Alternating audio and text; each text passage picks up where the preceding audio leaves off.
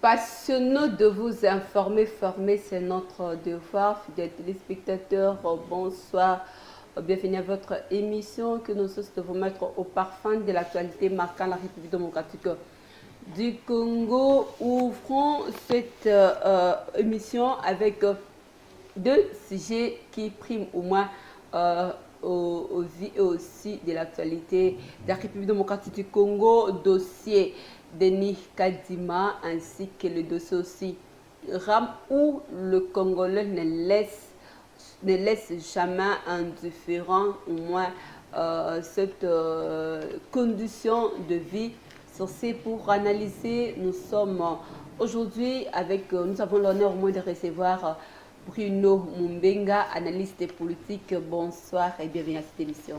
Bonsoir Madame Elali, bonsoir à l'équipe technique, puis merci pour l'invitation. Je vous en prie au moins d'être là.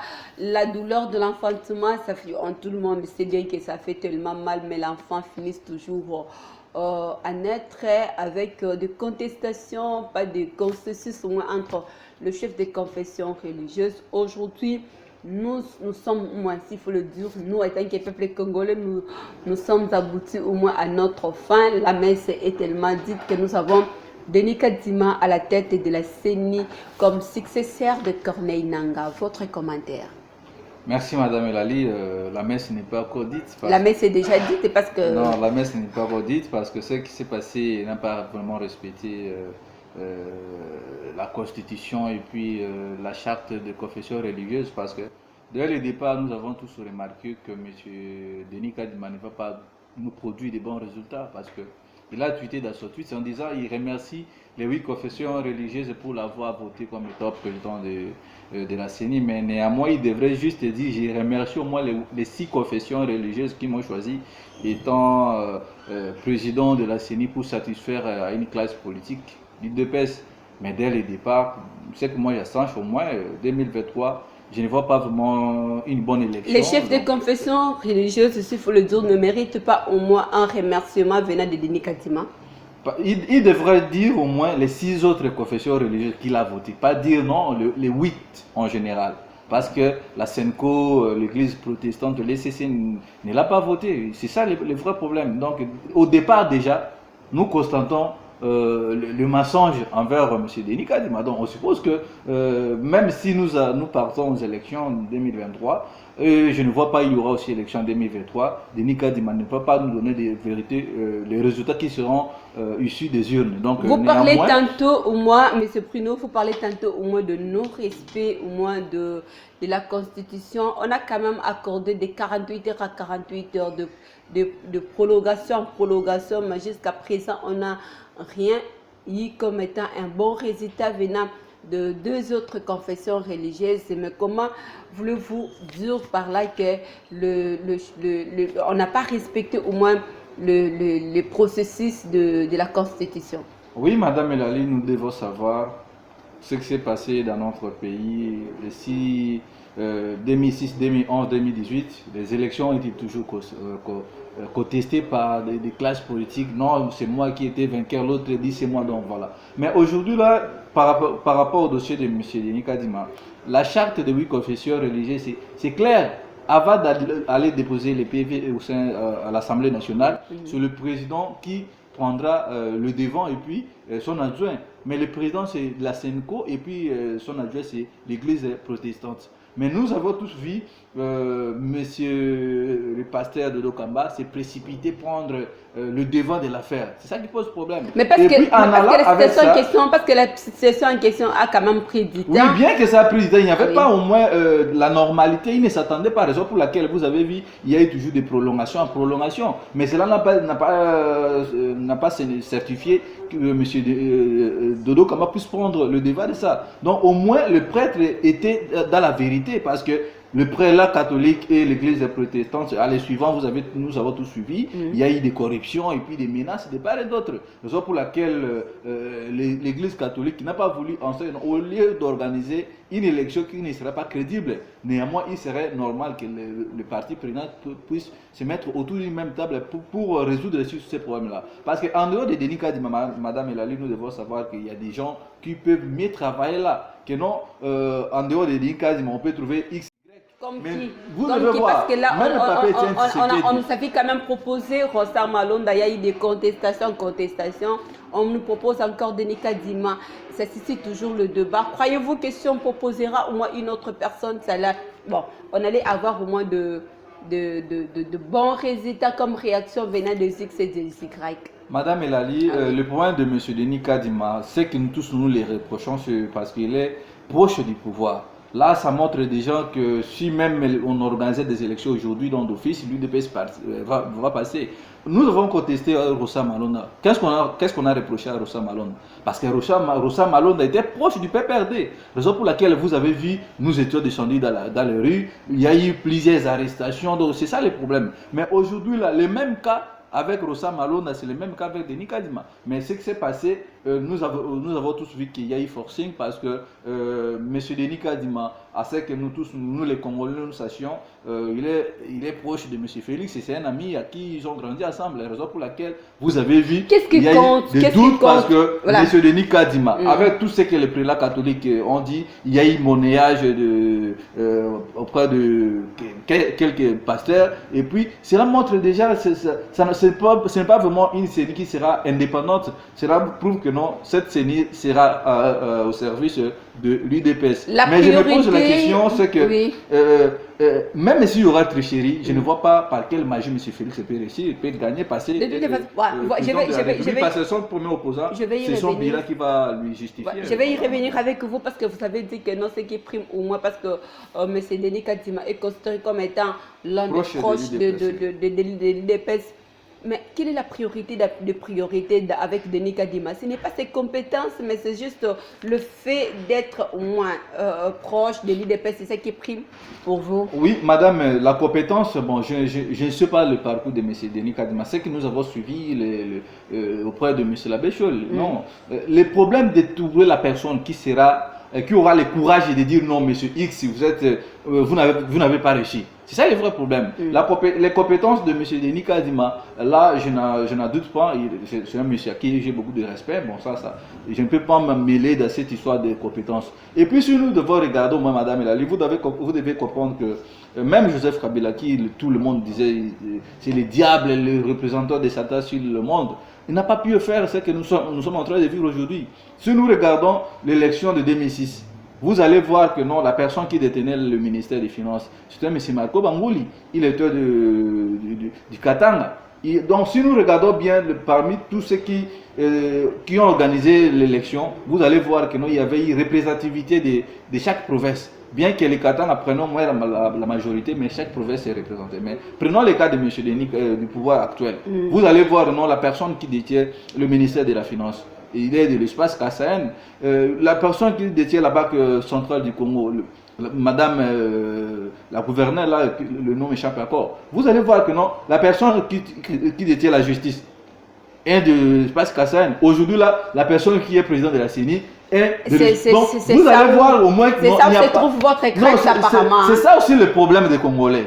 Parce que jamais vu depuis la République démocratique République, de tels déjà de tribalisme comme ça, ne dit pas son nom. Donc le point de M. Félix, il n'a pas pu jouer à la régionalité. Donc néanmoins aussi, voilà. ça montre déjà... Lorsque vous parlez lorsque vous évoquez un problème au moins de tribalisme, ne sont-ils pas les Congolais ou bien... Oui, ils sont des Congolais, mais le point de M. Denis Kadima, c'est un Congolais, on n'en doute pas. Mais le point c'est que, est-ce qu'il sera mesure de nous donner les bons résultats? Parce que la majorité des Congolais, Madame Elali, nous tous nous savons que ce pouvoir nous a donné que de les compétences. Nous avions attendu que quelque chose de bon pourrait toutefois sortir de lui, mais néanmoins il n'a pas répondu. Il y a partout à l'est du pays, il y a des tueries. Ici à la capitale, la sécurité.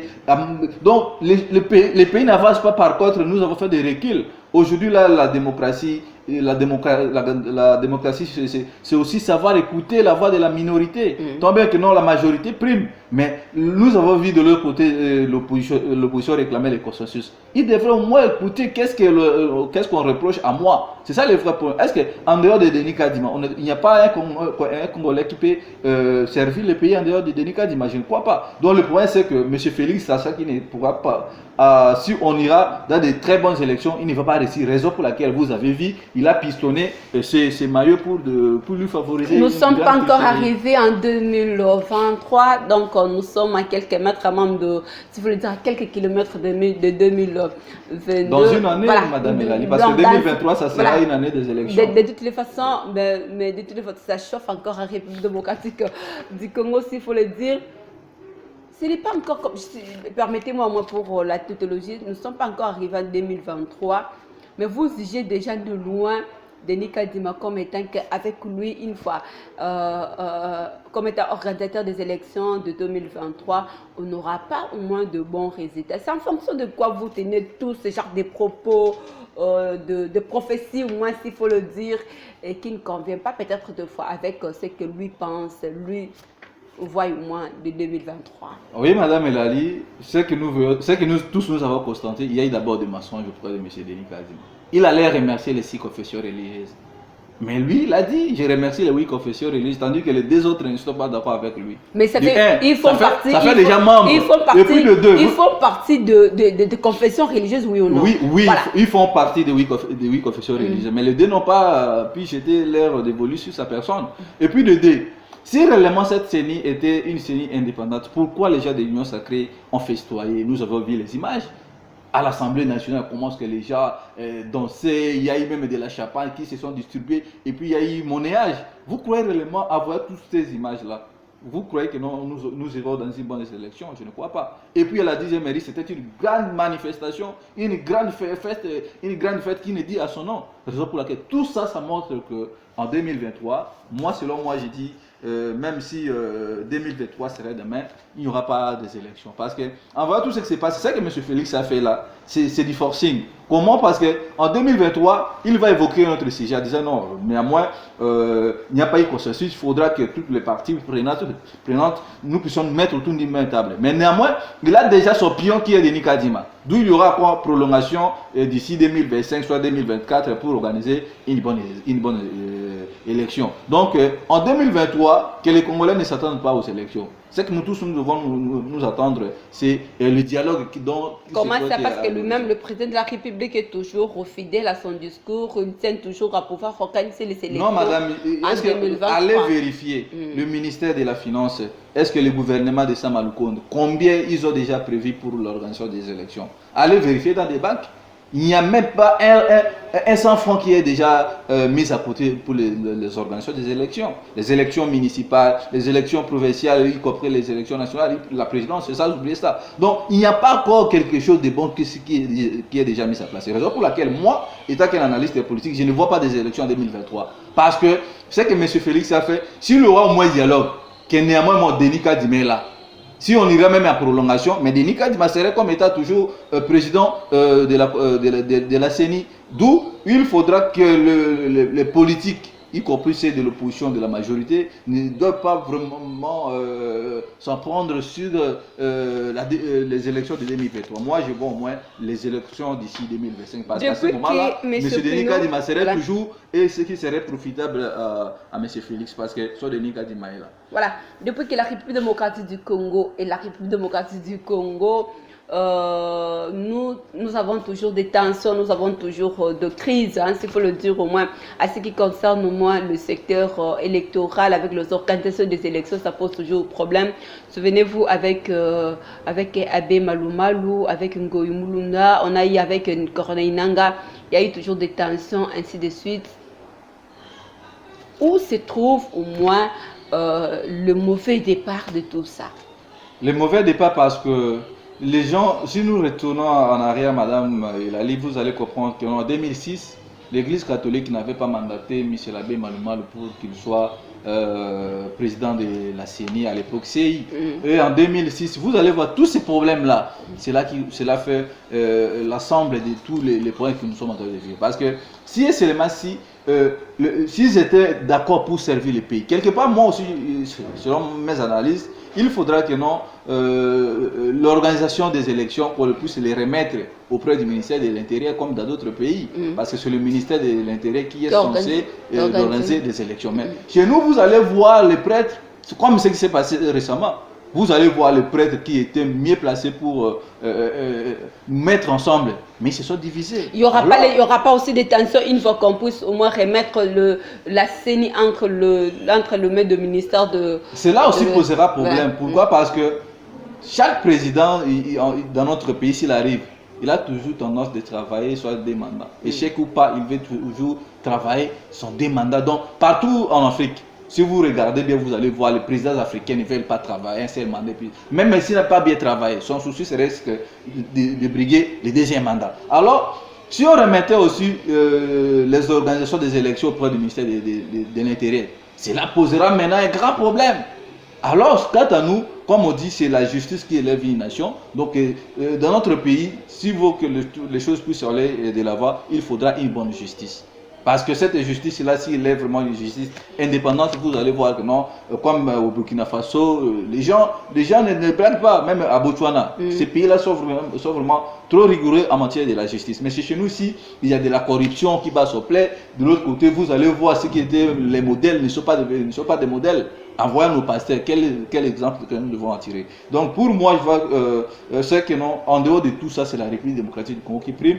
Et il faudra travailler en sorte que nous puissions aller de l'avant. Parce que notre pays fait des reculs en recul, tandis que d'autres pays africains avancent. Nous sommes là en train de nous discuter. Il y a des balivernes qui... Voilà, travailler de mes années pour que la République puisse au moins faire son 2 pas, il faut le dire. Hein, voilà. Parce qu'on a déjà fait un pas, ça nous reste encore un autre pas pour que nous puissions au moins avancer. Aujourd'hui, le dossier CENI pose problème. Les élections se pointent déjà à l'horizon. On voit au moins la coalition, bon, s'il faut le dire, coalition, mariage entre FCC, Senko, ECC, Lamuka, ensemble contre Cash, ou bien Union Sacrée. Qu'est-ce qui se cache? Qu'est-ce qui se prépare au moins à huis clos au regard de tout ce que nous voyons, au regard de tout ce que nous observons sur le terrain? Oui, Madame Elali, c'est que nous observons, bon, c'est la politique qui est dynamique. À tout moment, les alliances se fondent et se défendent et puis c'est comme ça. Mais moi, c'est que je vois l'alliance entre... Il n'y a pas eu d'alliance d'ailleurs entre la Mouka, FCC comme les gens le disent.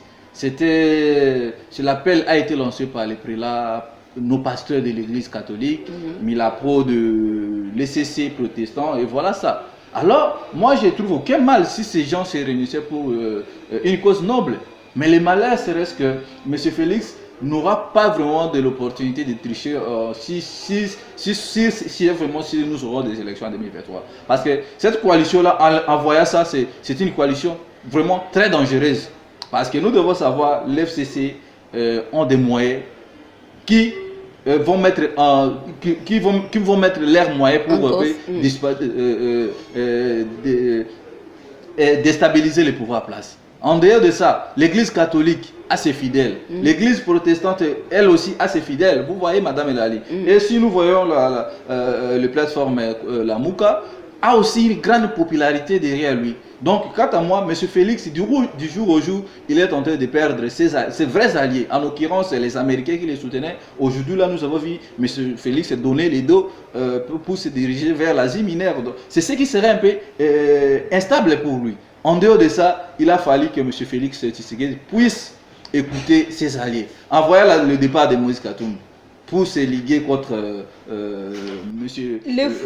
Le voix s'élève, les réactions se multiplient, surtout tout autour de la MOCA et FCC. De toutes les façons, hier, Martin Fayoul aussi, il faut le dire, bon, s'il faut citer son nom, il était au moins contre le mariage entre FCC et Cash. Aujourd'hui, on voit FCC en coalition, en collaboration avec la MOCA. Ce n'est pas une manière au moins de pouvoir aussi déstabiliser le pouvoir, mais le fonctionnement de la MOCA d'une autre part, d'une autre manière. Merci Madame Elali, je ne suis ni porte-parole de la coalition, la MOCA, donc vous êtes analyste, je vous ai reçu comme analyste. Mais c'est que je suis en train de voir les autorités de la MOCA, c'est que moi je peux les demander d'être prudents envers nos frères du FCC. Parce que cela ne veut pas dire que tous les crimes que l'FCC a commis dans ces pays, que ça soit impardonnable. Et aujourd'hui, là, nous avons vu la popularité dont M. Fayoul là. Et en voyant l'FCC se rapprocher auprès de lui, cela démontre quelque part une faiblesse. Parce que je ne crois pas si M. Fayoul faisait son appel auprès de la population de descendre dans les rues de la capitale, cette population-là n'allait pas désobéir à son appel. Mais en faisant un appel patriotique, quant à moi, si j'étais même les gens de l'UDPS, j'allais me rapprocher à cet appel patriotique. Parce que c'est une affaire qui concerne toute la République. Donc aujourd'hui, là, en suivant le discours de et ce n'est pas la première fois, ce n'est pas la première fois que M. Félix se sépare de Kabila. Mais voilà. Aujourd'hui, là, ils se sont unis. Voilà. Ils ne se sont pas unis comme étant en coalition. Ce qui les a unis, c'est l'appel des pasteurs catholiques. Donc les gens doivent savoir qu'il n'y a pas eu mariage entre Fayoul et Joseph Kabila. Si se sont réunis, et je peux donner un exemple, Madame Elali. Par exemple, entre vous, dans un quartier, vous ne vous entendez pas avec vos gens du quartier. Vous vous retrouvez dans une église. Vous allez dire au pasteur, comme je ne m'attends pas avec ma voisine, il faut que vous arrêtez l'église. Donc, le vrai problème, c'est que les gens de la MOCA doivent être prudents. Sinon, la coalition FCC va s'en servir d'eux. Et voilà qui serait perdant, c'est la coalition la MOCA. Si j'étais à leur place, c'est que moi je devrais tout voir comme étant un analyste politique, parce que je ne vois vraiment pas ces rapprochements-là.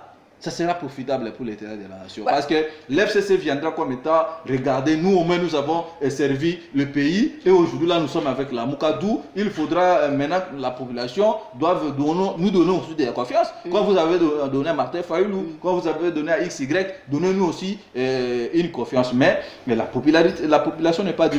C'est que moi je peux demander à la jeunesse congolaise, moi je suis pour la révolution dans ces pays. D'où je demande à la jeunesse congolaise de ne pas céder à toutes ces manipulations politiciennes. Parce que Joseph Kabila, nous savons sa ruse. Parce qu'en état venant comme un c'est aujourd'hui, comme jadis, et seulement si Joseph Kabila s'est ligué contre Félix, entre Félix, Fayoul et Kabila. Félix au moins de son côté ne va pas laisser l'affaire, madame. Il s'est approché tout près de vous comme étant un Saint-Paul alors que vous l'avez reçu. Pourquoi ne pas au moins prendre d'abord des précautions en amont avant de prendre un mot de décision? Parce que là, ça taque au moins aux vies aussi de tout le monde. Ça tire aussi l'attention, on interprète ça d'une manière ou d'une autre, et ça affaiblit aussi la crédibilité de la MOCA par rapport à la diplomatie, par rapport aux réalités sur le terrain, par rapport aux relations, ainsi de suite. Oui, madame, mais malheureusement pour moi, je ne suis pas porte-parole de la MOCA. J'ai donné mon avis. J'ai dit ceci. Quant à moi, les gens de la MOCA doivent être trop prudents avec ces rapprochements entre FCC, SCC, CLC, tout consort. Parce qu'aujourd'hui, là, nous ne sommes pas dupes. Parce que le plateforme qui est plus connu, c'est la MOCA. Mais en voyant la MOCA et FCC, non, madame, ça ne peut pas passer ainsi. Donc, moi, je vois comme si ces rapprochements-là, ça ne va pas vraiment servir la MOCA. Si pas, par contre, c'est l'FCC qui prendra de la bas. Parce que l'FCC a des moyens, c'est que les gens de la MOCA oublient. L'FCC a beaucoup de moyens. Il peut toutefois prendre les figures emblématiques de la MOCA, ils peuvent les encheter. Et ça sera en défaveur de M. Fayoul. C'est ça le problème. Où se trouvent alors les enjeux? Quant à moi, c'est que moi, je peux dire à M. Félix, si moi j'étais à la place de M. Félix, je devrais au moins multiplier ma politique, interne et externe. Parce que le problème qui se passe à l'UDPS n'a pas de cadre de jeunes qui réfléchissent. L'UDPS c'est un parti de masse. Si on dit sortons dans la rue et se mettre dans la rue, mais il n'y a pas de vent de tête qui fonctionne. D'où M. Félix, de son côté aussi, doit prendre le temps de recruter les jeunes gens qui les têtes fonctionnent comme il faut. Et puis de l'autre côté, les gens de les idées, Nouvel Élan, les partis là qui se sont unis avec avec l'appel des prélats pasteurs doivent aussi réfléchir. Mais moi, étant un analyste politique, madame, moi j'appelle la conscience de la jeunesse. Parce que le vrai problème, vous allez descendre de la rue pour quel objectif?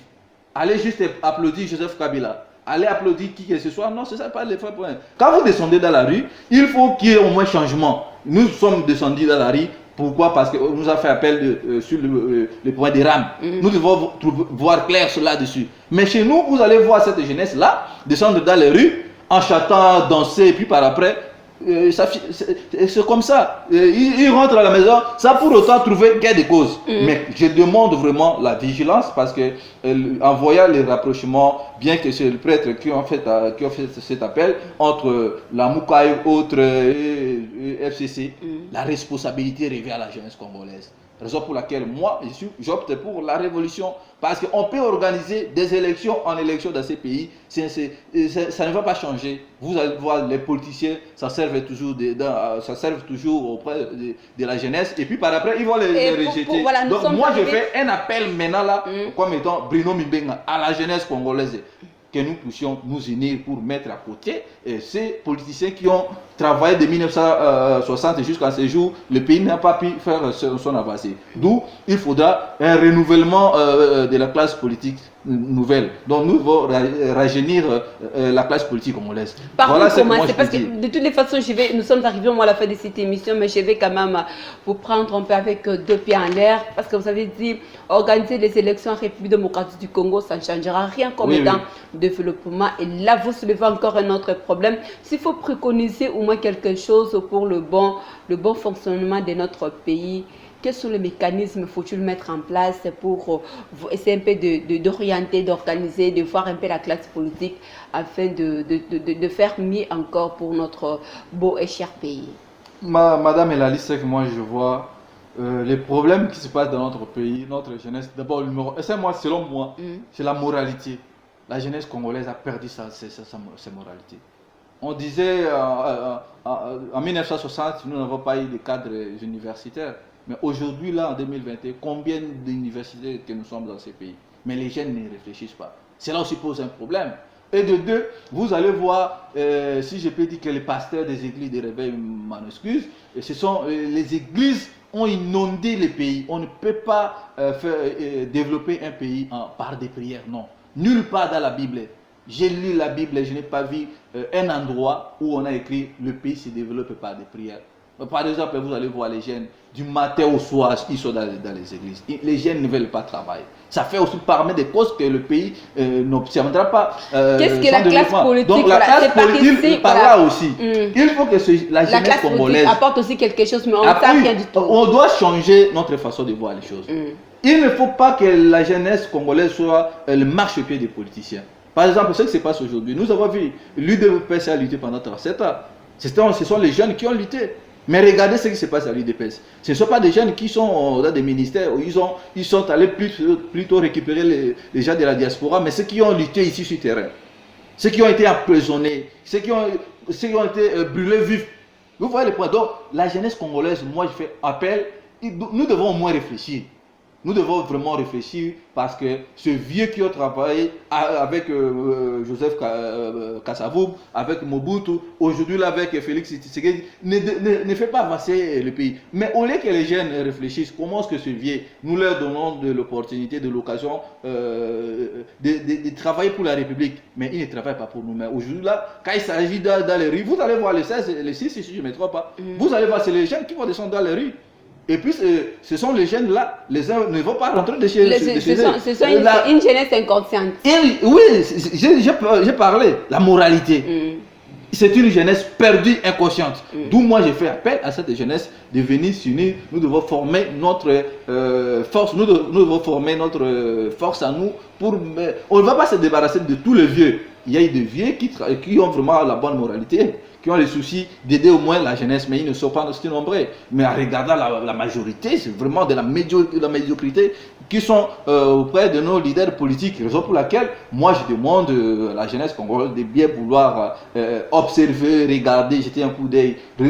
Si nous pouvons s'en servir, madame, on doit prendre au moins l'exemple des Sénégalais, les jeunes Sénégalais, les jeunes burkinabés, comment ils réfléchissent. Mais chez nous, les jeunes ne veulent plus réfléchir comme il faut. Dans des partis politiques, vous allez voir, les partis politiques sont devenus comme les endroits de bars. Et là, si vous partez, vous allez trouver tout. Au Kutabangi, à Kene, tout qu'on sort, et puis on s'en sert de vous. Quand vous prenez tout ça, il n'y a pas moyen de réfléchir pour l'avancement du pays. Donc moi, je fais vraiment appel et envoyer cette alliance, ce rapprochement-là, FCC, la Mouka, CLC, Protestant. Voilà.